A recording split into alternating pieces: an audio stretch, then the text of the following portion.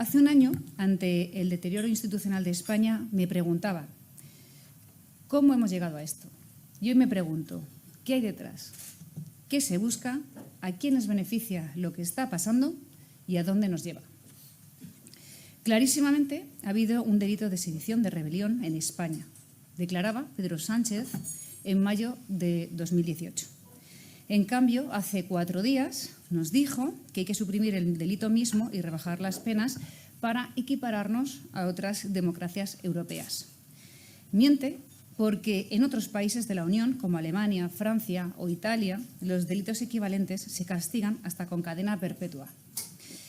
¿Es que algún organismo europeo o internacional había puesto la más mínima pega a nuestra legislación? ¿Alguno de los condenados pudo alegar que nuestra legislación no era homologable? Es mentira. Otra más. Nuestra legislación es perfectamente adecuada. No se olvide que todo esto ocurre en el marco de la renovación del Consejo General del Poder Judicial, del Tribunal Supremo, del Constitucional, de la negativa del Gobierno a devolver a los jueces el gobierno de los jueces, como nos urge hacer la Comisión Europea.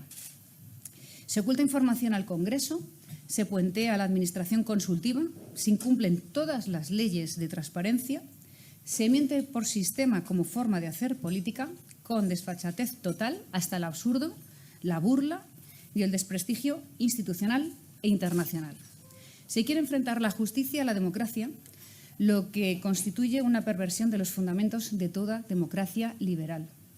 Durante el intento secesionista, jueces y fiscales fueron la última defensa del Estado de Derecho en Cataluña, según ellos mismos han declarado. Tampoco es casualidad que, al mismo tiempo, el Gobierno de Sánchez y sus socios tengan a gala que más de 1/3 de los españoles ya dependan de una nómina del Estado, 16 millones de personas.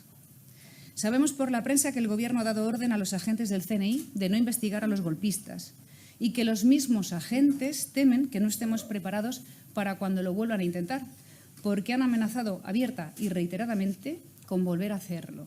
Los agentes advierten que el Ejecutivo ha hecho una invitación a la impunidad.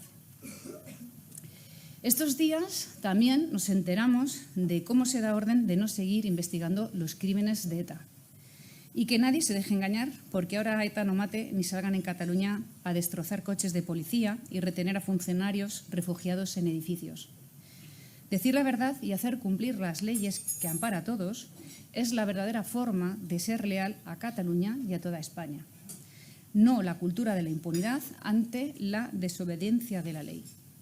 Todos sabemos que la motivación de Sánchez es la del poder a toda costa. De eso no le cabe duda ya a nadie, ni siquiera dentro de su propio partido. Una España dirigida por Pedro Sánchez nos lleva a un gobierno que, aprovechados, utilizan las instituciones para beneficiarse de manera autoritaria. Aún digo más. Detrás de este deterioro y asalto a las instituciones hay un plan con una ideología clara detrás. Instaurar en España, al margen de los mecanismos constitucionales, una república federal laica de facto. En eso está trabajando el Gobierno y sus socios parlamentarios. Para entender lo que ocurre hoy en nuestra nación hay que remontarse al 13 de julio de 1997, el día en que ETA asesina vilmente a Miguel Ángel Blanco y toda España, incluido el País Vasco, sale a la calle harta del mal y del silencio. Las manos blancas del espíritu de Ermua unieron a todos los hombres y mujeres de bien y los ertzainas que se quitaban los pasamontañas y que se abrazaban a sus vecinos y que fueron así el símbolo de una España nueva y mejor. Pero los totalitarios no lo pudieron digerir. Solo un año más tarde, en 1998, se reunieron las fuerzas nacionalistas en el llamado Pacto de Estella para acabar con el recién nacido espíritu de Ermua, para que los españoles olvidaran su compromiso con la concordia y la valentía. La peor deriva llegó en diciembre de 2003, cuando el PSOE, a través del PSC, se adhirió a ese espíritu separatista y destructivo al firmar el Pacto del Tinel, que además se proponía sacar a la oposición de la vida pública. Meses más tarde, de manera sorprendente, Zapatero llegó a la presidencia del Gobierno de la Nación. Es difícil exagerar el daño que este hombre ha hecho a España, a Hispanoamérica y al Estado de Derecho. Basta recordar ahora su firma de un cheque en blanco a los nacionalistas para un estatuto en Cataluña sin que las altas instituciones del Estado tuvieran nada que decir. Para que los jóvenes entiendan lo que ocurre, no debe olvidarse que tras la que parecía caída del comunismo en Europa en 1989, con el muro de Berlín, el totalitarismo se rearma ideológicamente y en 2004 se funda la Alianza Bolivariana ALBA, con la participación activa y lucrativa de los que hoy son socios de gobierno en España, es decir, hoy son gobierno de España. Este movimiento no pretende construir nada, sino acabar con Occidente, con la hispanidad, con la Unión Europea como garante de las democracias liberales y con la OTAN. Es puro resentimiento. Para llevar a cabo su labor de derribo, no han dudado en aliarse con regímenes totalitarios, grupos terroristas y narcotraficantes de todo el mundo. Han intentado reescribir la historia, reconvertir la lucha de clases en un frentismo permanente de la sociedad. Hombres contra mujeres, jóvenes contra mayores, el campo contra la ciudad, lo público contra lo privado. Han instrumentalizado las instituciones educativas, el cuidado del medio ambiente, de la salud, de los jóvenes y los mayores, incluso la propia sexualidad y de la lengua. Han negado la legitimidad de los parlamentos y del poder judicial. Todo medio es válido para acabar con el Estado de Derecho y con siglos de historia. España y su capital, Madrid, son piezas clave de esas realidades históricas, culturales y políticas que este comunismo renacido quiere minar y ocupar. Por eso serán suyas o las incendiarán en las calles y desacreditarán, así como a cualquier institución. Lo que ocurre con el delito de sedición no es un hecho aislado, ni mucho menos. Hay que preguntarse muy en serio por el propósito del plan último y a quién beneficia. Como he dicho antes, sostengo que Sánchez y sus socios, más allá de mantenerse a toda costa en el poder, siguen una estrategia que busca desmembrar España como nación, instaurar en España, al margen de los mecanismos constitucionales, una república federal laica de facto. De ahí que la corona, la capital, la bandera y los demás símbolos, el espíritu de la transición, la presencia del Ejército, la Guardia Civil y demás fuerzas y cuerpos de seguridad, o el Poder Judicial único e independiente sean un obstáculo en su camino. Debemos ver lo que de verdad ocurre y no callarlo. Tampoco podemos caer en la trampa de creer que el nacionalismo particularista se conformaría con la independencia. Son expansionistas, imperialistas y viven del agravio. No nos engañemos. Si se salieran con la suya y declararan la independencia, primero quedarían cientos de miles de compatriotas privados de sus derechos constitucionales, habría ciudadanos de primera y de segunda, caería por dejación de funciones el Estado de Derecho en toda España. Que eso es exactamente lo que buscan, la independencia en cadena, porque mucho más que amor por su tierra les mueve y les une el afán de destruir la nación española. Pero hay algo más que no se dice, pero que ellos jamás han ocultado. Son expansionistas, imperialistas. No tardarían un día en reclamar otras regiones de España y de Francia como parte de su territorio. Ya lo hacen, nunca han dejado de hacerlo. Miren sus mapas del tiempo en sus informativos, los libros que hacen estudiar en sus escuelas, la manipulación de su historia. Renacería multiplicado el agravio y cabe imaginar a los extremos a los que llegaría el deterioro de la convivencia. Jamás se van a contentar. Pero es que además su ideología es totalitaria y tampoco lo callan. Buscan imponer un régimen autoritario con exclusión de todo el que piense diferente, con la supresión de cualquier garantía del Estado de Derecho o de la separación de poderes. Como ven, esto va más allá de la desmedida ambición de un mentiroso compulsivo devenido en títere político. ¿Alguien no ve que hasta los grandes museos nacionales que hacen de España una potencia cultural les estorba? De ahí su descuido, politización y a la postre la que llaman ahora descolonización, en un disparate continuo que solo palidece ante la desmesura del siguiente. Quieren hacernos perder el sentido de la realidad o la esperanza. Y no lo van a conseguir, pero ¿hasta cuándo seguirán los españoles tolerando tanta infamia? No conocen la vergüenza ni la consideración por nada ni por nadie. ¿Qué hay que hacer? ¿Que hay que hacer un código penal a la carta de los condenados por el Tribunal Supremo, un traje a medida de los delincuentes para que puedan ejercer el terror en las calles y vuelvan a intentar romper nuestra convivencia? Se hace sin consultar con nadie. ¿Que hay que modificar el delito de malversación para cambiar las condenas y blindar a los suyos? Se hace. ¿Que hay que despreciar la Constitución hasta el extremo de que el gobierno de Sánchez es el único de la historia que ha sido condenado 3 veces por el Tribunal Constitucional? Se la desprecia. ¿Que hay que desacreditar al Supremo y a la nación frente a las instancias internacionales? Se la desacredita. ¿Que hay que deslegitimar al Tribunal de Cuentas y acusarlo de poner piedras en el camino de sus negociaciones con los separatistas? Se lo deslegitima. ¿Que hay que insultar a la justicia como un instrumento de venganza? Se la insulta. ¿Que hay que financiar arbitrariamente a las comunidades autónomas de manera que se castiga a las que no comparten su ideología y premia a sus afines? Adelante. ¿Que hay que boicotear la sanidad en Madrid, tomar las calles y los hospitales y hasta hacer creer a los ciudadanos que tienen una mala sanidad, cuando aún en medio de una crisis internacional de los modelos sanitarios es excelente comparada con cualquier lugar del mundo? Pues se hace. El problema es que además del deterioro de unos servicios públicos que ha costado décadas levantar, se impide el debate sereno para una reforma necesaria en un mundo que envejece y que demanda servicios universales y de calidad.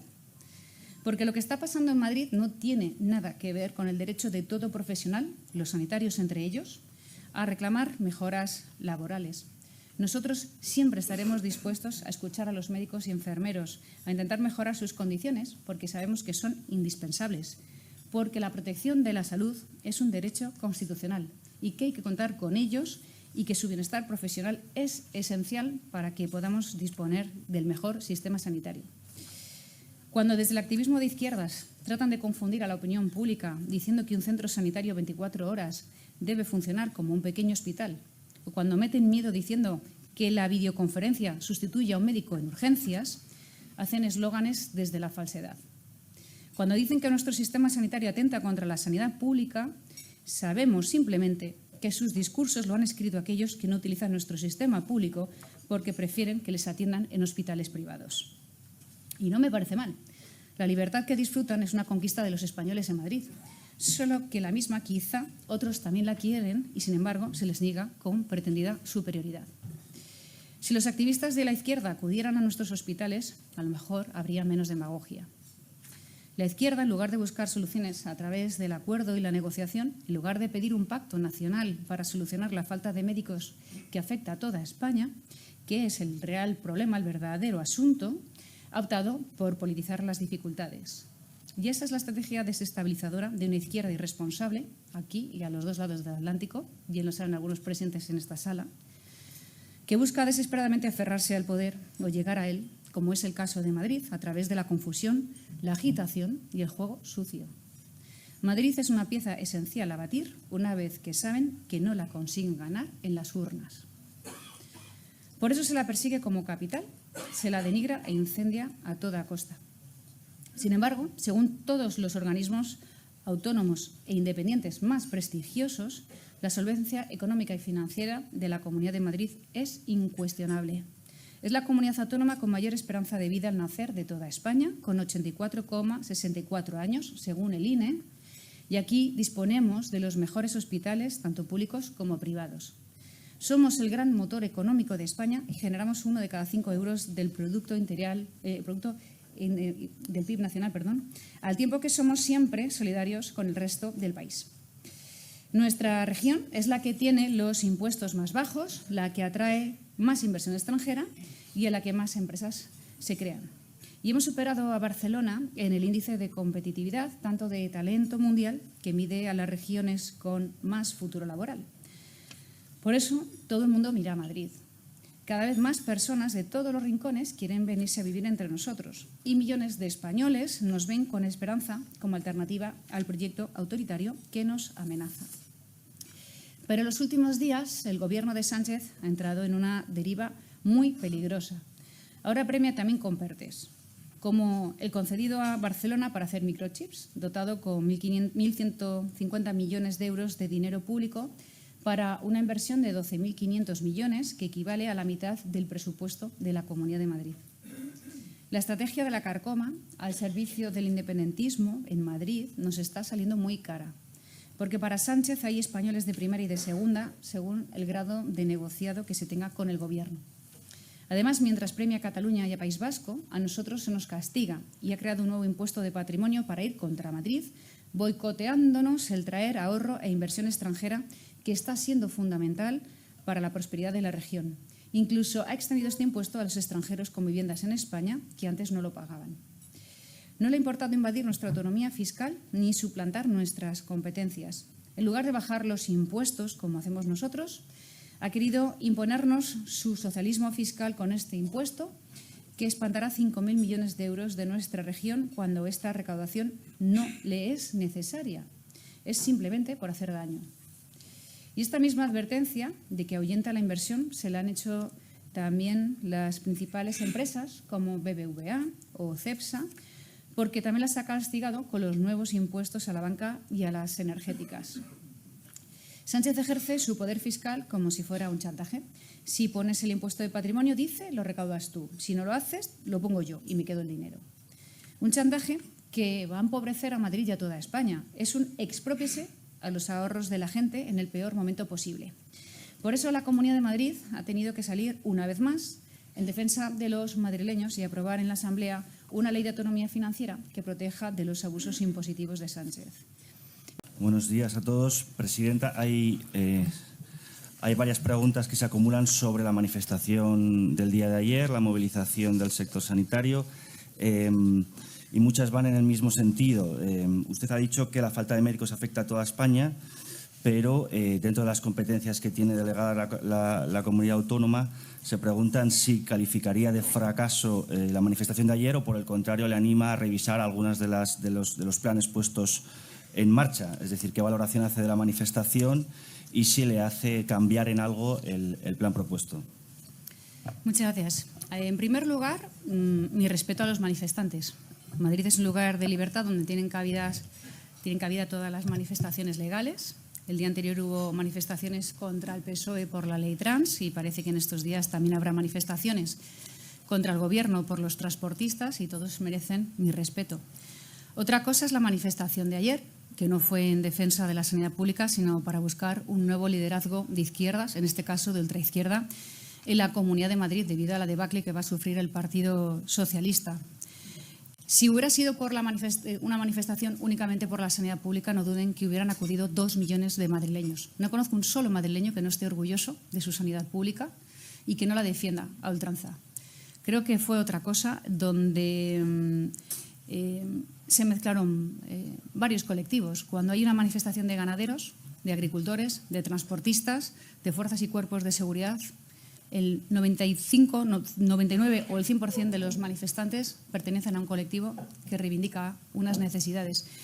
En el caso de ayer, viendo también las plataformas, asociaciones, colectivos que estaban en ello, de ahí se desprende que el porcentaje era muy diferente y yo creo que eso también nos tiene que hacer pensar qué está ocurriendo con el Partido Socialista en Madrid, que le montó una manifestación al Partido Popular durante muchos días y se la entregó a Más Madrid para que sea ahora la persona que lidera esto en Madrid. Y yo creo que los alcaldes socialistas van a tener muy difícil explicar el giro a la ultraizquierda que va a llevar el PSOE en Madrid en manos de una escisión de Podemos.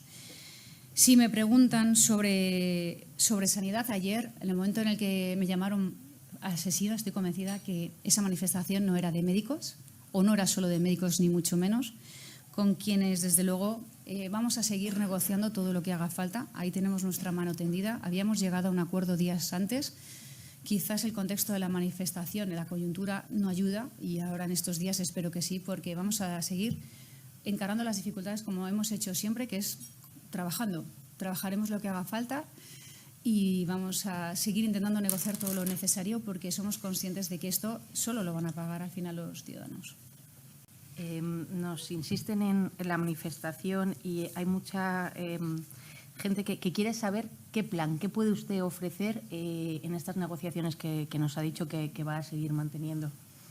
Bueno, en estos días, en realidad, esto se ha utilizado un pretexto de unas urgencias 24 horas sobre la que se ha arrojado todo tipo de mentiras para buscar un motivo con el que llamar a las urnas. Desde luego, en el momento en el que vi una encuesta ese mismo lunes, el mismo lunes de la semana pasada, donde nos daban prácticamente mayoría absoluta, supe que acabábamos de empezar un camino en el infierno, que es utilizar los servicios públicos de todos los ciudadanos para otra cosa. Entonces, Algo distinto es afrontar la situación de los médicos en atención primaria en España y otra muy distinta, el pretexto de estos centros sanitarios, que la protesta era porque estaban cerrados, luego porque se querían abrir, luego porque se querían abrir con médico, enfermera y celador y ahora ya por otras cuestiones. No son hospitales estos centros 24 horas, no son hospitales. En Madrid, cuando alguien tiene una urgencia real, llama al SUMA 112 o va directamente a un hospital de la máxima calidad que atiende a un cuarto de ciudadanos de otros rincones de España y orgullosos de ello. Son grandes hospitales. Estos centros sirven para cuestiones menores, como se ha visto antes de la pandemia, pero incluso en estos días se ha llegado a preguntar qué ocurría cuando un ciudadano iba con un ictus a un centro de estos, si iba a ser atendido en urgencias por un plasma, por una videollamada, algo que es rotundamente falso porque, insisto, no son centros para urgencias que revistan gravedad. Es algo que están utilizando todo el rato. Y es como preguntar si un socorrista tiene que ser médico, un socorrista tiene que ser enfermero. Estos centros no están para cuestiones de gran complejidad. Sin embargo, la campaña que han tenido en contra y la movilización absoluta de plataformas de toda índole durante esta semana nos demuestra que no quieren, en algunos casos, algunos sindicatos llegar a acuerdos. La inmensa mayoría sí. Por eso en estos días lo que vamos a hacer es volver a sentarnos a negociar con ellos, volver a explicar todas las veces que sea necesario por qué con los medios que estamos disponiendo y ayuda podemos abrirlos con normalidad y luego seguiremos trabajando por mejorar la sanidad pública. No ha habido nunca tantos profesionales trabajando en la sanidad de Madrid, no ha habido nunca tanta inversión pública en sanidad en la Comunidad de Madrid, ni con los sueldos actuales, con unos salarios que siempre tienen que mejorar, por supuesto. Esa es la realidad de la sanidad y, por supuesto, somos conscientes de que, mientras tanto, tendremos que abrir nuevos planes para agilizar listas de espera, para agilizar las citas médicas de los centros de salud y, mientras tanto, pedirle también al Gobierno que, por su parte, habilite más plazas MIR, que habilite más plazas de primaria, que sigamos buscando soluciones para afrontar un problema que está atravesando todo el país de falta de médicos en la primaria. Presidente, usted ha descrito un plan estratégico que estaría llevando a cabo Pedro Sánchez con sus socios, que me recuerda mucho esa descripción, no es la primera persona que lo hace, a una que hizo en su día Albert Rivera en el Congreso de los Diputados, advirtiendo de algo muy parecido a lo que usted acaba de explicar. Digamos que la recepción de ese mensaje no fue todo lo que esperaba Albert Rivera a la hora de ir a las urnas. El tiempo después, según algunos, le ha dado la razón y de vez en cuando se viraliza en las redes aquel discurso que no obtuvo en las urnas el efecto esperado. Lo digo porque usted ha llamado ánimo a no dormirse, pero a veces podríamos pensar que hay una cierta estado de narcotización, que es complicado que lo que a usted le escandaliza y a sus votantes y incluso a votantes de otros partidos no esté produciendo, digamos, la indignación y, por tanto, no tendrá el efecto electoral en las urnas a la hora de ir a unas generales, ¿no? No sé si percibe el estado de la situación en España, quizá por efecto de la pandemia o por otras razones, como un estado de cierta narcosis, ¿no? Como si a la gente le costara entender la gravedad de lo que puede suponer para el edificio constitucional derogar, por ejemplo, el delito de sedición. Creo que en cierto modo lo hay, entre otras cuestiones, porque los ciudadanos tienen muchas preocupaciones. En una, después de la pandemia, después de unas noticias tan terribles como es la invasión de Ucrania, con avisos de recesiones económicas, primero yo creo que hay un estado de desesperanza, en cierto modo, en una parte importante de la población y después de preocupación por el siguiente paso. A la vez se suceden demasiados escándalos a la vez en muy pocos días. Hoy mismo ya hemos visto cómo dejan caer que también van a modificar el delito de malversación cuando no nos habíamos despertado con lo mismo con el delito de sedición para blindarse ellos en las instituciones. Es que la misma tarde, el jueves por la tarde, no dábamos abasto porque tal y como se conocía lo del delito de sedición se conocía también el impuesto contra la Comunidad de Madrid, mal llamado impuesto de solidaridad, que es una mal broma, llamarlo así, pero también se conocía cómo a Cataluña se le otorgaba esa inversión en este PERTE que equivale a la mitad del presupuesto de la Comunidad de Madrid para todo un año. Son 7 frentes en una, todos los días, a todas horas. Y después con pocos lugares donde acudir y defender esto, porque el rodillo contrario es absoluto, es la utilización de todos los medios del Estado y del poder de un gobierno cada vez más fuerte, económicamente más retribuido y donde además ya no juega con las mismas reglas, los demás jugamos con las reglas del Estado de Derecho y esto es otra cosa, todo junto hace que al final parezca que el totalitario es el que defiende que le están cambiando el país por la puerta de atrás, erosionando todos los resortes de una democracia liberal y llevándonos a otra cosa, una república federal laica, como he manifestado. Y además lo consiguen de manera que como alguien discrepe o alguien tenga una opinión contraria, sea totalmente destruido en plaza pública. Nos han llegado a llamar absolutamente de todo, negacionistas, casposos, nazis, asesinos, todo insolvente al presidente Núñez Feijóo después de esas 4 mayorías absolutas y después del bagaje que lleva en política, quien sí ha demostrado antes de llegar a puestos de responsabilidad lo que es capaz de hacer. Es todo contra, él está en contra, el presidente está en contra de todo y además pretende que la política española trabaje para él. Pretende que el Partido Popular le blanquee en su ruta a ninguna parte, a su viaje, a la desesperada. Pretende que Bildu y que Esquerra, porque a su vez se ven eternamente en estas comunidades autónomas, le den todo. Incluso pretende que el Partido Socialista, y en concreto el Partido Socialista de Madrid, le ponga la alfombra roja. Ha pasado por Ferraz 3 veces en su vida. No le importa tampoco el Partido Socialista. Llegó al frente del mismo con unas urnas de cartón. Hizo todo aquello que pudo con tal de pretender que la política española y que todos los ciudadanos trabajen para su proyecto. Luego, en este escenario es muy complicado escuchar voces que a veces paran un momento y alertan de la deriva que esto está tomando. Luego, lo que le hicieron a Rivera es lo que le hacen a todos aquellos que se atreven a levantar la mano y decir esto no va por buen camino, a esto no hay derecho, dónde nos llevan y cómo no nos consultan todo. Pero se han entregado hasta el Sáhara en una tarde sin dar explicaciones dentro de su propia casa.